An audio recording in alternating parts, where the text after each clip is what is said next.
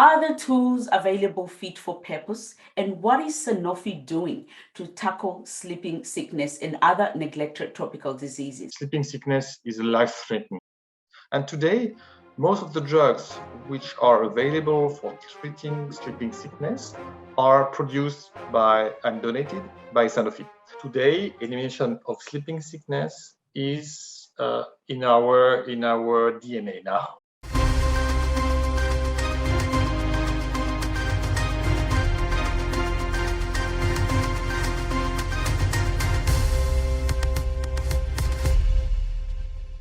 Thank you for joining us on the HSS podcast with me, Lenias Hwenda, where we talk to leaders in the manufacturing sector who are doing work that is transforming access to medical products and healthcare in Africa. Today, I am in conversation with Dr. Philippe Neau, the head of Neglected Tropical Disease Program at Sanofi Global Health, a leader who has been tackling neglected tropical diseases for most of his career.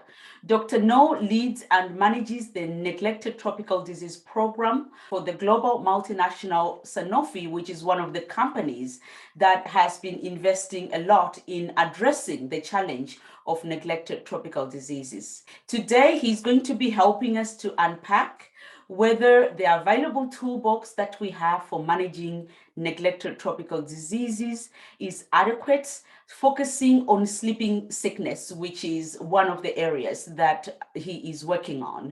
Dr. Neau, welcome to the HSS podcast. Let's talk about health in Africa. So, are the tools available fit for purpose? And what is Sanofi doing to tackle sleeping sickness and other neglected tropical diseases? Yes, thank you very much for this introduction and for inviting me to talk about NTDs and sleeping sickness fight. And really, I'm really glad to be here because I think there are a lot of good news recently on that topic. And it's important to share all what has been done and to share also the good past experiences in order to move on and take advantages of all what has been done.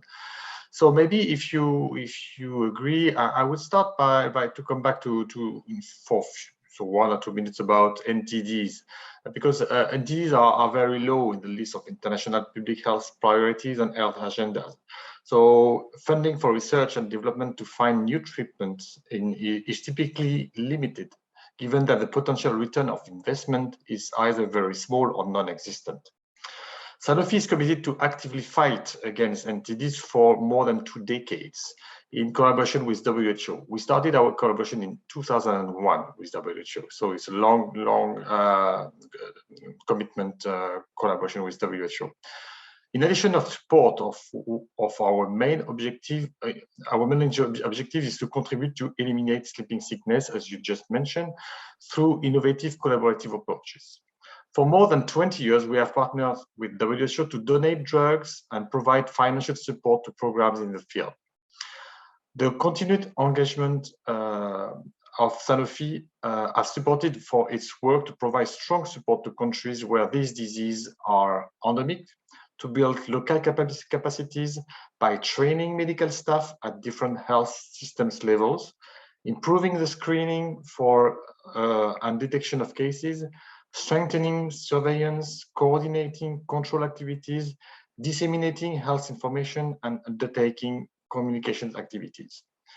In addition, several health facilities in remote endemic areas have been provided with medicines, diagnostics, and other critical medical supplies that have enhanced the access of the affected community to life-saving care. So all of this has been done in during the last 20 years, and currently WHO has embarked to a new roadmap for NTDs for the period until 2030, with bold and very ambitious targets. The 2030 roadmap is meant to serve as a guiding document to facilitate alignment across the global community of NTDs partners by defining global targets to guide the delivery of programs across the 2030 WHO targeted NTDs. It is also intended to serve as policy and advocacy document, drawing attention to the key challenges facing NTD programs and encouraging continued commitment for global communities of partners. So this is NTDs at the global level, and Sanofi, we, as I just mentioned, we are partnering with WHO for a long time, and all what I just mentioned is focusing mainly on sleeping sickness, but also leishmaniasis and Chagas. So for sleeping sickness, I think if we want to focus a bit on this disease, just to remind to the people that sleeping sickness is a life-threatening, clinically tropical disease. It is considered endemic in 36 sub-Saharan African countries, where almost 60 million people are estimated to be at some level at risk of sleeping sickness. What we call also sleeping sickness is HAT, human African trypanosomiasis, for those who don't know. So I will use both words, which are the same. So in this primarily the HAT or sleeping sickness is affecting the most rural areas where health infrastructure is poor or non-existent. HAT is transmitted to humans by the bite of a tsetse flies, and the etiological agent of HAT is a parasite Trypanosoma brucei. So probably you have heard, and I think many people in Africa have heard about the tsetse flies, which is transmitting the disease through the parasite. Yes, we've heard of the tsetse. And also, it's important to make clear differences, because for sleeping sickness there are two types of parasites which is affecting humans. The Trypanosomia brucei gambiense, which is one, and it is representing more or less 90% of HAT cases in Africa and in the world, because HAT mainly is in Africa. And the other parasite is named TB rhodesiense, which is less common, but both parasites and both type of disease will drive to the death of the patients if not treated. So this is important to keep in mind. So the progressive disease, of course, occurs in two stages. First, an hemolymphatic phase, what we call a stage 1, with a mean of duration around 18 months, with common signs and symptoms including fever, headache, pruritus, weakness, asthenia, anemia, and the meningoencephalitic case, which duration is around 6 to 8 months, which is called the stage 2, occurring when the parasites have crossed the blood-brain barrier, resulting in sleep disturbances, from where we have the name, and neuropsychiatric symptoms. And more or less, if not treated, after 2 years, the patients will die. So you can imagine how important to be able to treat this disease.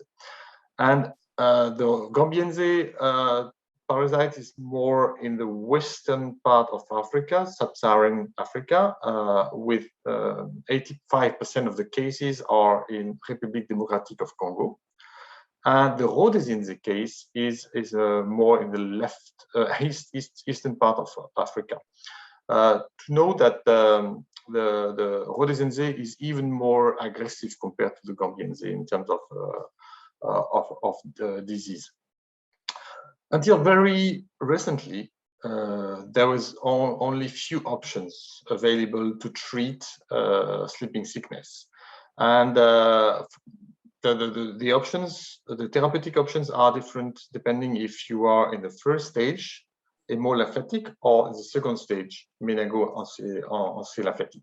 Before we go into the treatment options, I just wanted to explore a little bit, maybe just to talk a little bit about, you mentioned a lot of positive developments that are happening at the moment, including the fact that Sanofi has been investing in tackling these diseases for the last 20 years.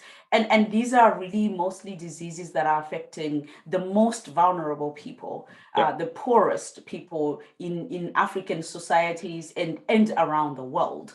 You mentioned that one of the challenges is that there is very low return on investment when one invests in finding products for tackling these diseases.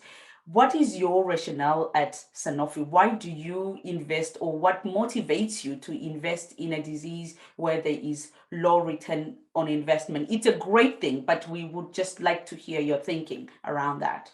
So I think Sanofi is a very old company. So we will build through mergers around the years, and it's a mix between the German, French company, and we were for many years, starting in 19th century, we were having a lot of contacts with Africa at that time, and Hux also was a company developing drugs against parasites.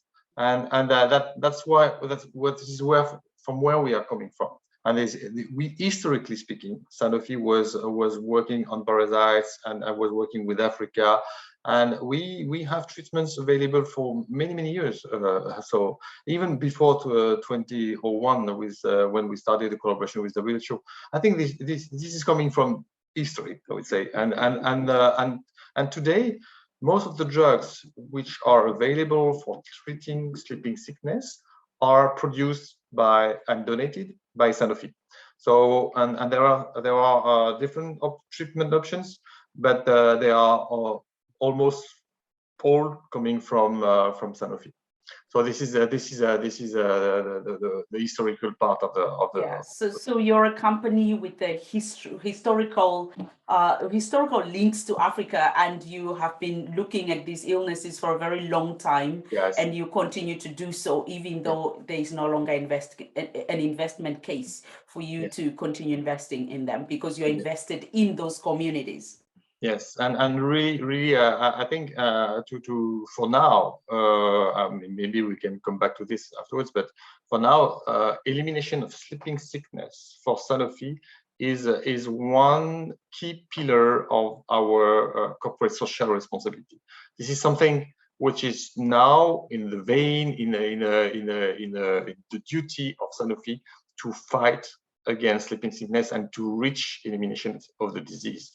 Elimination of sleeping sickness, if we are successful in this, that will be the second disease in the world after smallpox, where we would be able to eliminate the disease. So it would be an amazing change and a great success. So and personally, I truly believe that we can succeed in this, take into account all what we have to do, and maybe I can detail further on this. But if you agree, just to come back to the treatment of today. So there is, as I mentioned, the two types of treatment. There is a treatment for stage 1 and treatment for stage 2. So the pentamidine treatment is for stage 1. The duration is for 7 days, and the treatment of stage 2 is a combination therapy called NECT, nifurtimox and eflornithine. The only drug coming from another company for treating sleeping sickness is nifurtimox, which is coming from Bayer, and it is embedded in the NECT combination. That means there are only 2 companies in the world who are making treatments for sleeping sickness: Sanofi and Bayer. Yes, exactly. And there is another treatment for the TB rhodesiense I mentioned before. This parasite, which is in the eastern part of Africa, is the treatment is today melarsoprol, which is still highly toxic. It is an arsenic-based treatment, and it kills by itself, the drug, 5% of the patients. So there is still improvement to do that, and there is some hope also in this field. So what we can say is that all these efforts in combination with WHO along the last 20 years have reached to success. Altogether, more than 1.6 million people have been tested since the beginning of Sanofi WHO collaboration. And the annual number of patients being diagnosed fell below 10,000 in 2009, then to 3,000 in 2015.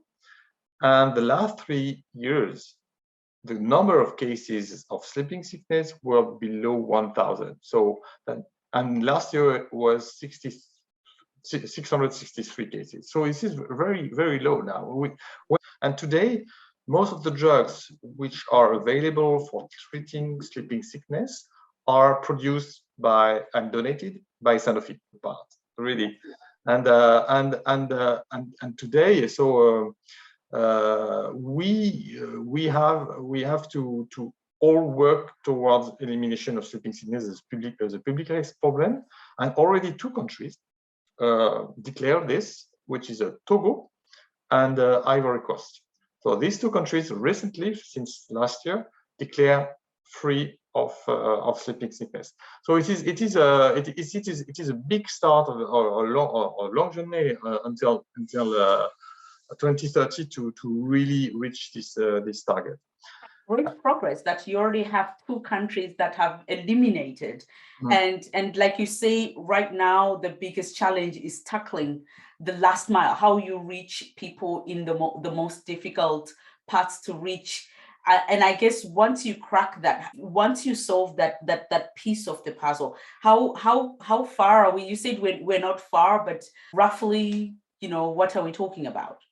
So yeah, so up to now, we had the treatments I just mentioned to you. So the combination treatment and the toxic treatment, as just mentioned too, and there are treatments which are not oral. So it has to be taken at hospital, and the neck treatment, for example, is 40 kilograms just for 1 patient.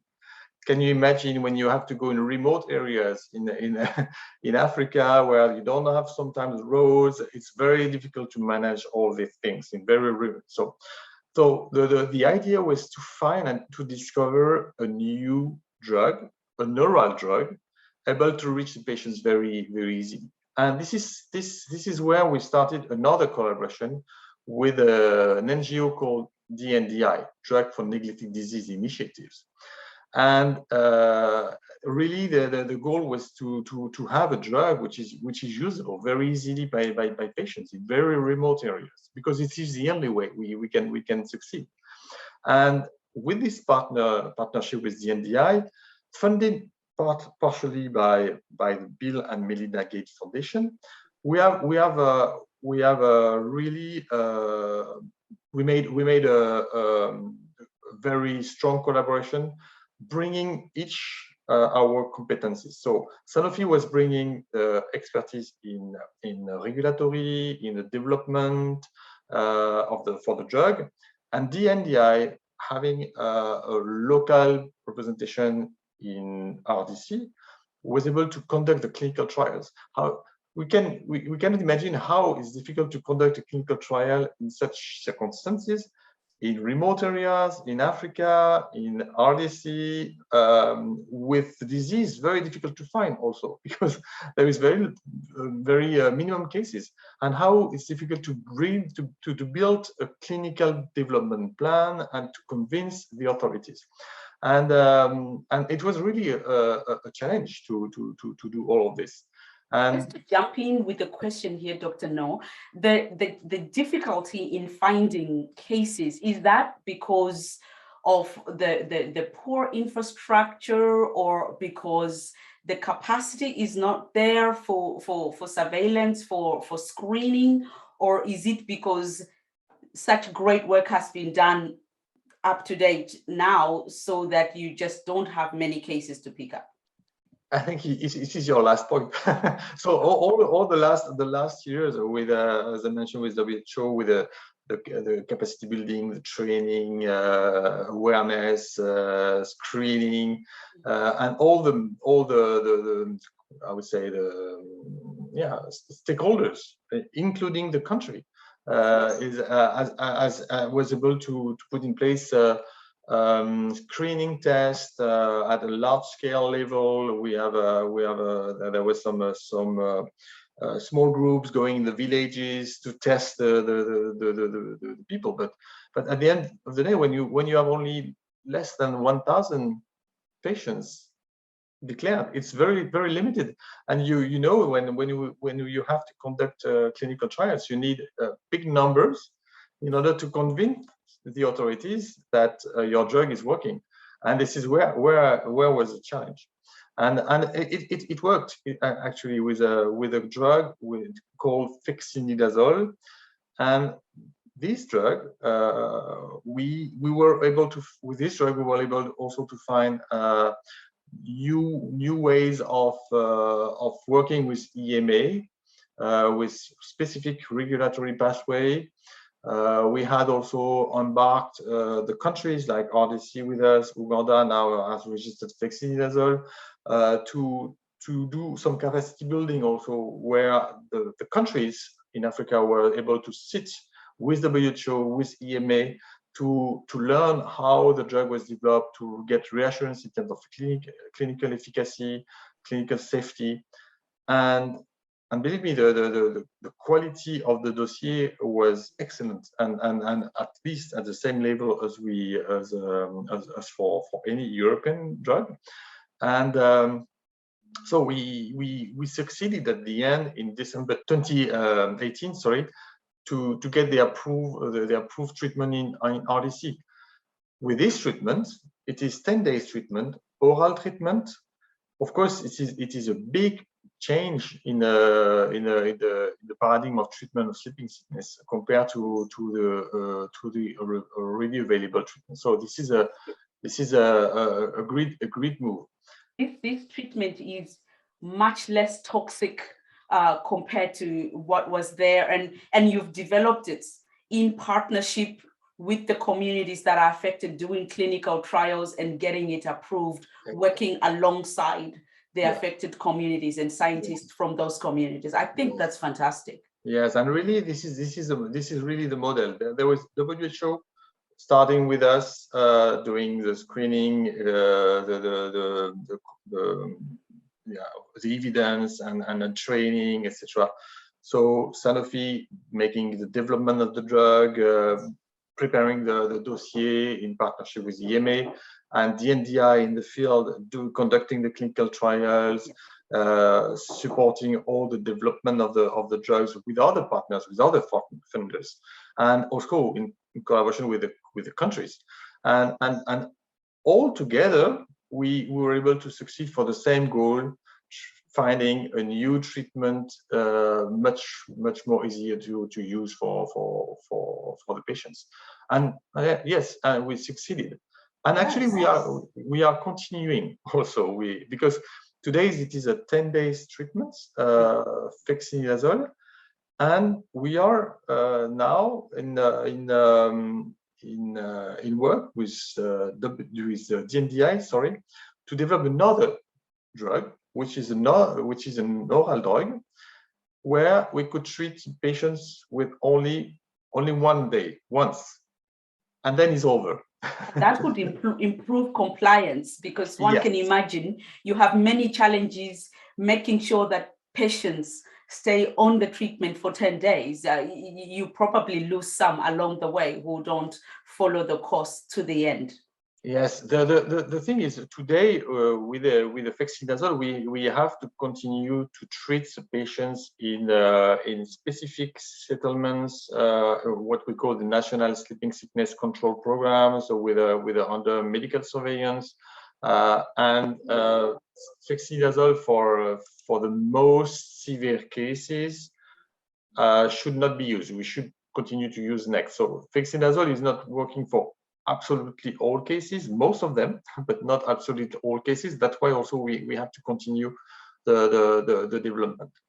Is that because of resistance, or because it's just more suited to specific? It's related to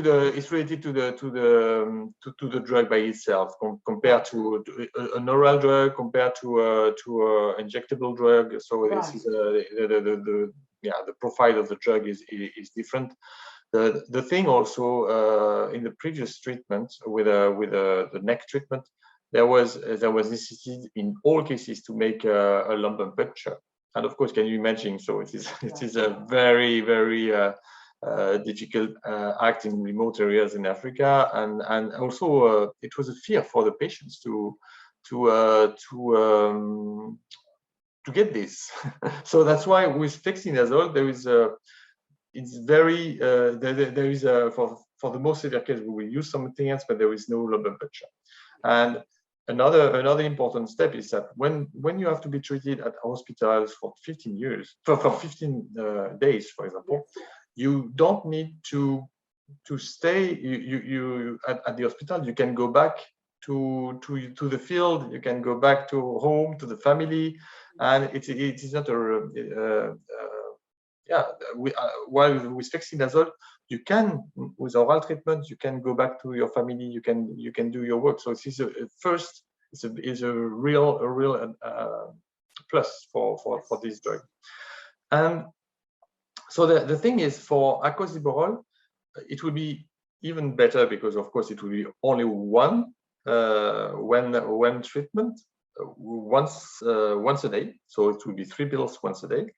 And the profile, safety and efficacy profile are very promising from what we see right now. So the studies are still ongoing, and the reports are still ongoing and with analysis. But from what we see, it seems very promising. So this is a new hope, an additional hope for treating sleeping sickness patients.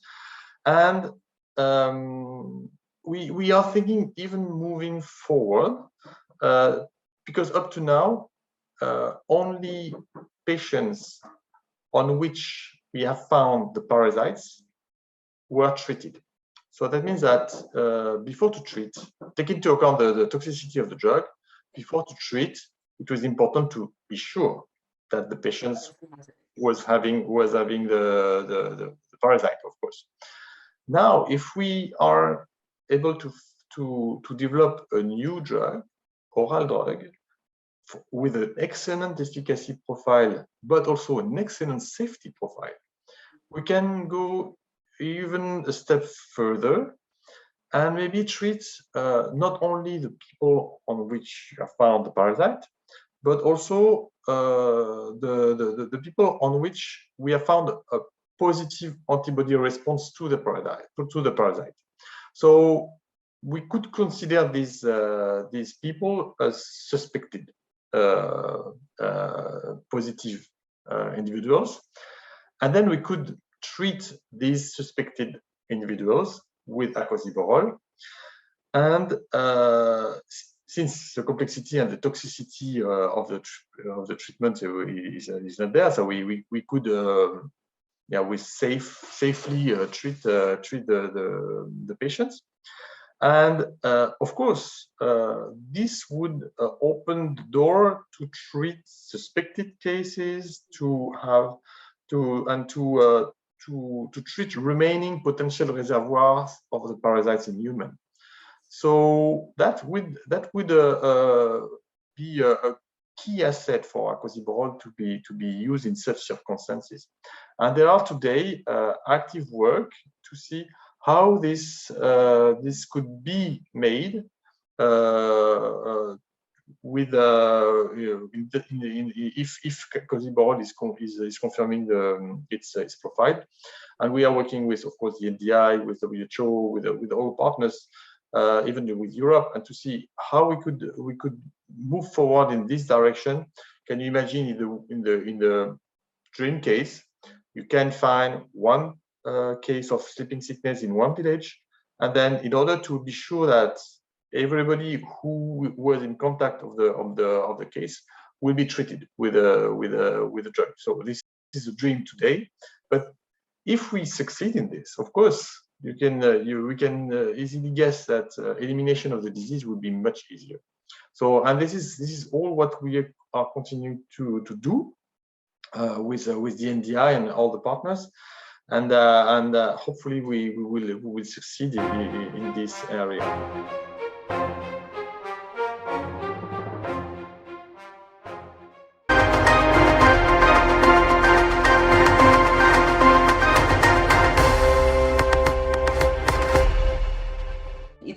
great that you continue to invest in improving the safety and efficacy profile for this product, for this treatment, to be able to give it prophylactically to people, to suspected cases, so that you make sure that, in a particular community, you're able to tackle any potential exposures.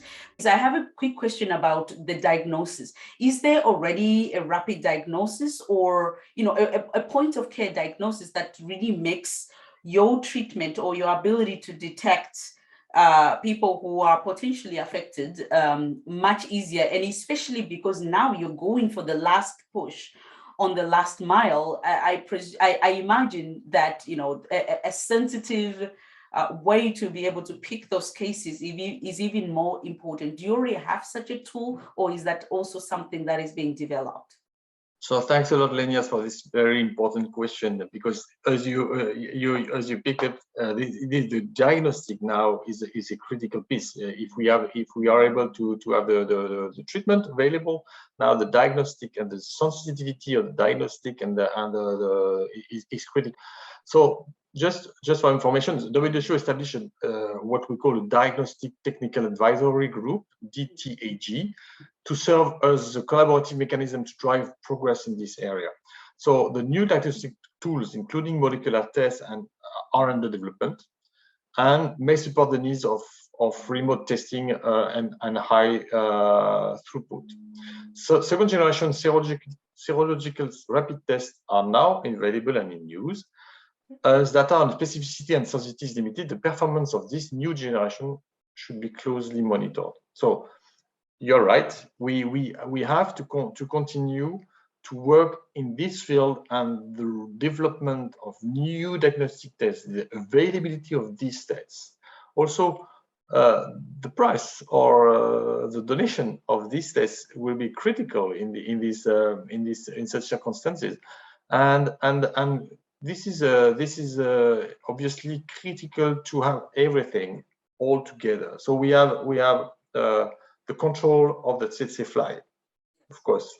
We have the diagnostic test to be able to find the cases. We have the drug, the treatments, of course, when you find the cases, to be able to treat the patients in the easiest way, the quickest way, the most simplest way. And even afterwards, if you find a case, to be able to envisage, so with very good diagnostic tests, to be sure that you are treating the right person. And at the end of the day, if you are able to continue all of this, you can succeed in elimination of sleeping sickness.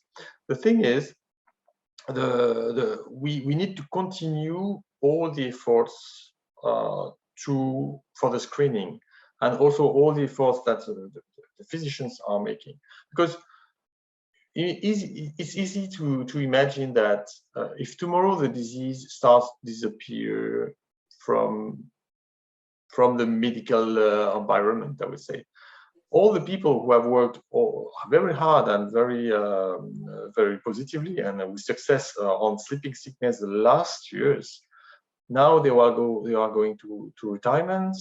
The centers against sleeping sickness will be less critical to maintain. The know-how about how to find a parasite in the blood, in the blood test, it's not easy. Huh? It's very, you need to be trained, educated to see how you can find it. Will vanish, and this is where is the risk, because if tomorrow we start to stop or diminish the active research of the cases, and we start to have less competencies in this field, of course there is a high risk that we will lose the cases, and of course behind we can have the rebound. And this is where we have to be very cautious. But that's just a question. Explain to me, Dr. Neau, how this will work. So you are basically detecting this in the population and treating it, and basically aiming to eliminate it, but within the human population. But tsetses they often bite animals, I understand, and so are there sort of environmental control measures that are going on alongside your campaign to make sure that we eliminate this in the human population? And of course, you know, like you mentioned, what happens after elimination in terms of making sure that the disease doesn't rebound in the population. How does this all come together in your efforts on the human side, on the animal control side? So what we used to say, so humans are the principal reservoir for Gambiense hat. Okay, so this is the good news that the most common sleeping sickness cases are coming from Gambiense hat, and reservoir is not in animals. So this is the first good news. Though the Rhodesiense hat can be found in wild animal as reservoir, and that's why I never use the word eradication, because eradication is very different compared to elimination, and elimination of sleeping sickness eradication, of course, we can use that word. We need to use elimination. And for Rhodesiense, of course, it's a more difficult case. Because as I mentioned to you that it is treated by melarsoprol, which is a highly toxic drug.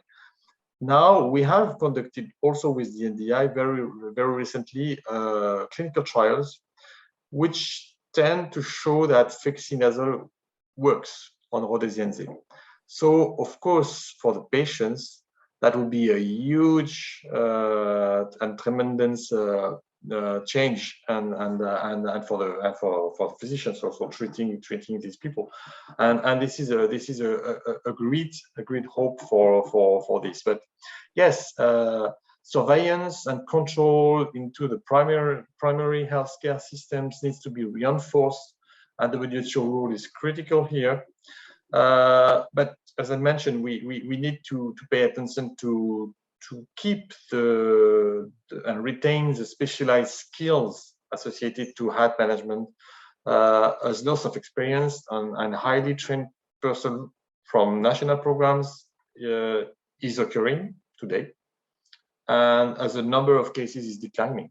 So this is also a focus we need to have, and again, in collaboration with the WHO and with all the countries. And the countries, of course, have to be very strong partners here.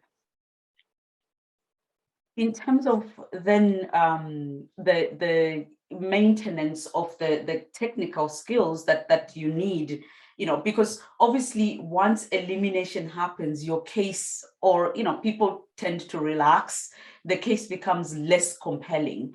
Are the technical skills that communities have obtained and the whole network of partners that you're working with in this specific area of sleeping sickness elimination, are they transferable to other areas, or are they just very particular and unique to this? And could that be already maybe the path forward in terms of how to maintain and continue that work so that you're able to react if needed?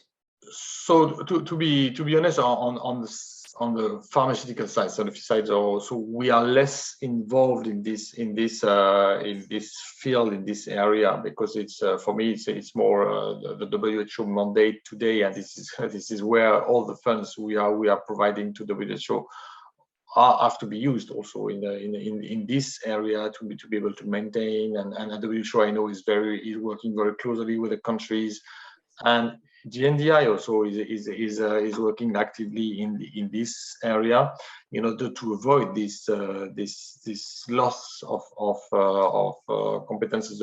What I can tell is that Sanofi, we are continuing along on the side of the WHO. For example, we just signed end of last year another additional 5 years commitment to WHO to continue to support WHO for this surveillance and also to donate the drugs for at least for the next 5 years. So what is very critical is that the continuation of all what has been done in the past have to be there. So including the funding, the support, and this is where I see one risk is, in addition to the fact that the number of cases will decrease, the COVID-19, of course, can play the troublemaker in this field.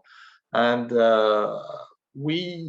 I know that in difficult conditions with the COVID in 2020, 2021, the countries continue to make a screening, to go in the villages, to test and the people. But of course, you can easily imagine it was less easy, it was more complicated, and the fear, or my fear, is that all the funders or all the countries or resources now will have more focus on the COVID-19. And we should absolutely not drop all what we have done in the past, because the rebound of the disease will be the worst thing in such situation. If we stop to control, if we stop to screen, if we stop to fight against the disease, so of course there will be a rebound.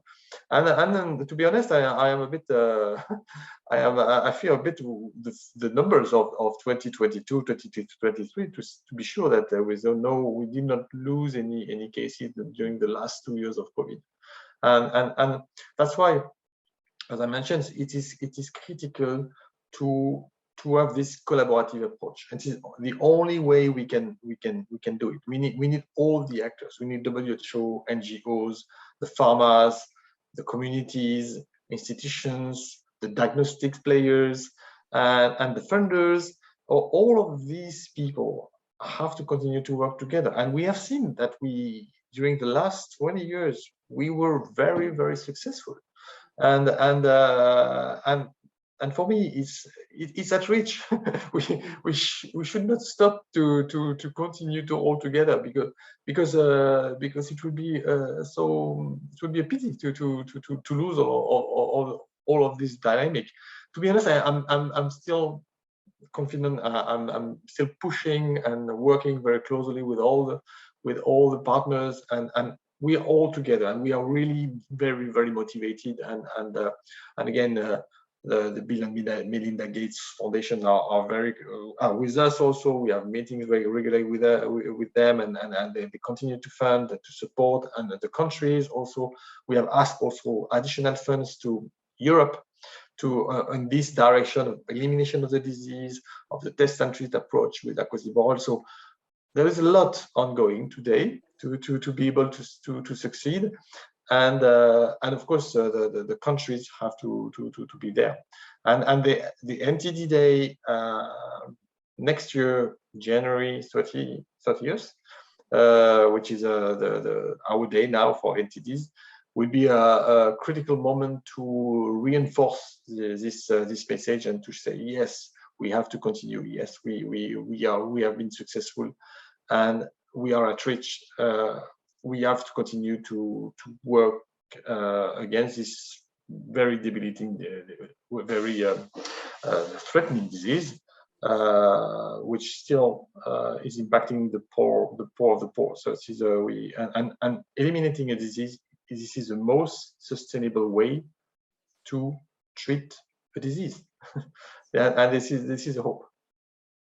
And your fears are really, I think they are something that's really important, because I think that's a big risk, with the priorities being stretched, all over with COVID and with other problems that people might consider of greater priority once this is no longer visible because of elimination. So I think what happens then on January the 30th in terms of how governments, industry, WHO and other stakeholders who are involved in this agree to take this forward will be very important, because it would be such a shame to have invested over this many years. I'm sure a lot of money has gone into this campaign to eliminate, to have the great results that you have as a community of stakeholders,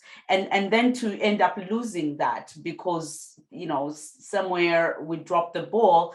That would be such a shame. And so in terms of sustainability, obviously you are going to need to sustain the production of these treatments going forward. At some point, once you have achieved elimination, you no longer have active cases of disease that you will have to treat. What does that look like? How, should that be tackled in terms of maintaining the capability of being able to produce those treatments should they be needed? And what is sustainability for making sure that access can still be available for patients? What does that look like for Sanofi, for WHO?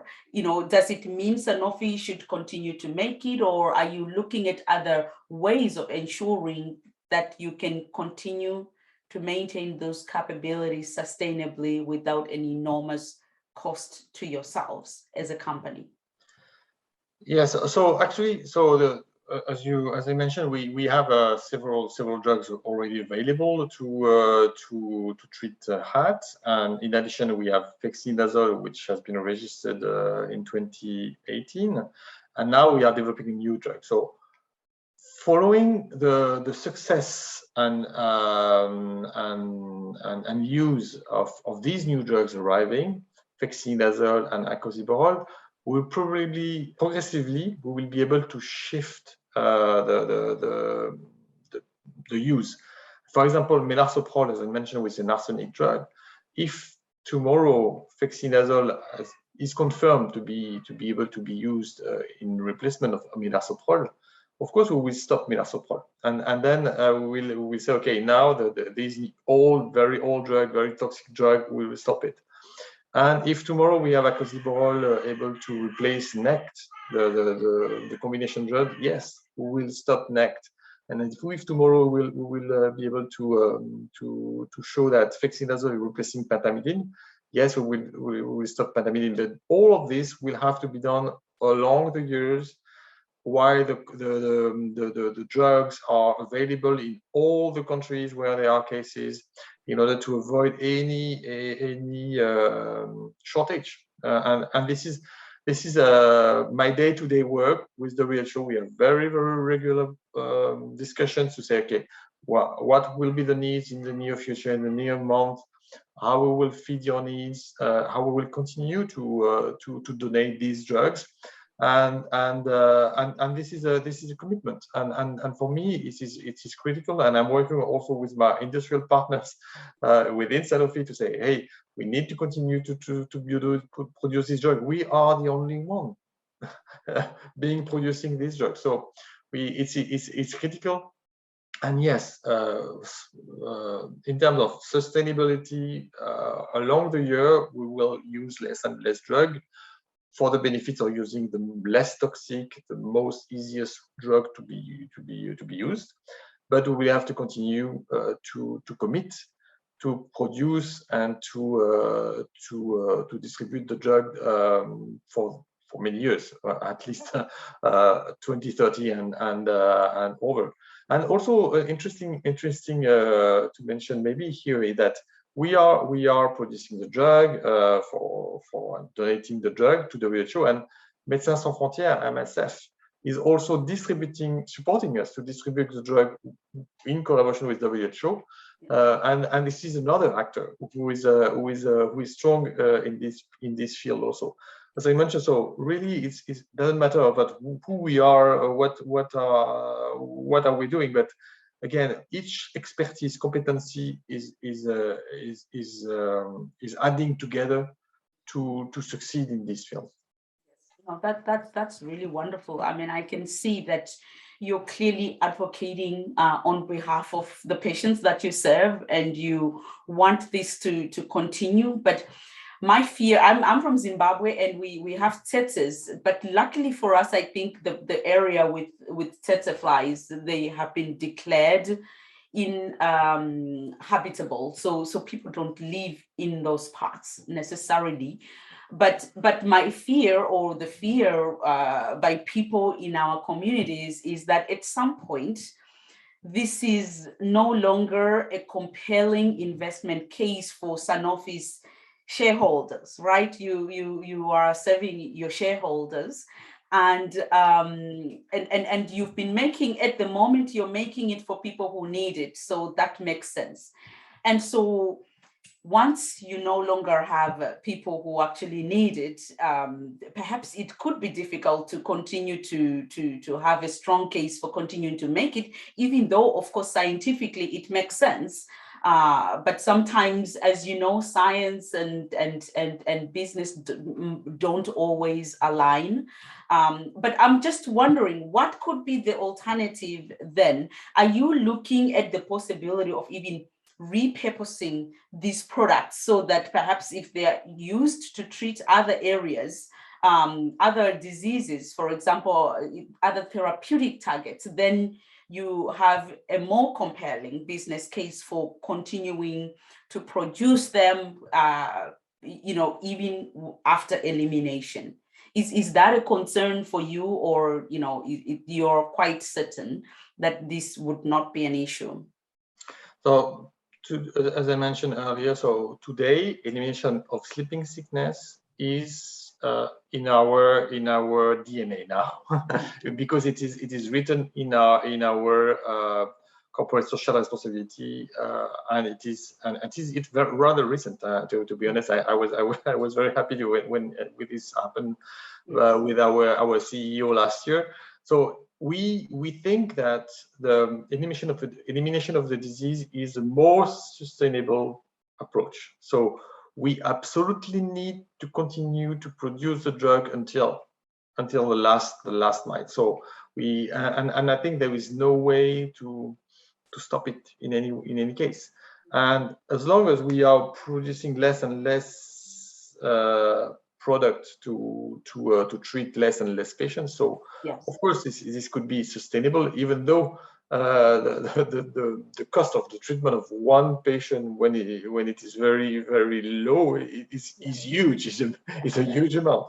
But I think it is such an amazing thing to be able to eliminate the disease that we for me, so I don't know where I will be in 2030, 2035, but at least for the next years and 2020, 2026, I'm sure that we will continue in 2030 also. This is the engagement. There is no stop of the production. I think it's fantastic work that companies like Sanofi have invested for as long as they have to take us to this point where elimination of these terrible, terrible diseases in our communities is a real possibility. I think, that really, you should be applauded for that, for sure. I mean, congratulations for great work. We need this. And what makes it even more important is that these illnesses affect the most vulnerable people. I mean, with COVID alone, within the first year, 40 million people in Africa sunk deeper into poverty. So, when you think about the numbers, and those are people who are all vulnerable to this. So I think that, we really should celebrate this success and your commitment, your investment in eliminating these diseases, for sure. And it's not many that have been eliminated, so that makes the achievement even greater. I think the fact that it's a difficult thing to achieve. So your call to action, so you have that last push towards elimination, that is the thing you want to achieve, because that is the most ideal way to solve this challenge in those communities. What is your call to action to governments? What should African governments, what would you like to see them start doing? What would you like to see WHO do more of to support you and other stakeholders, so that you really reach that target that you're aiming for before 2030, hopefully, but at least by 2030? Yes, I think only one cannot succeed. So only a collaborative effort will succeed in this area. So I think my call would be, we need to stay together, we need to continue to work together and to realize together all that we have done. And we need to be conscious that it is not a given. This last mile is critical, and it will be the most difficult one.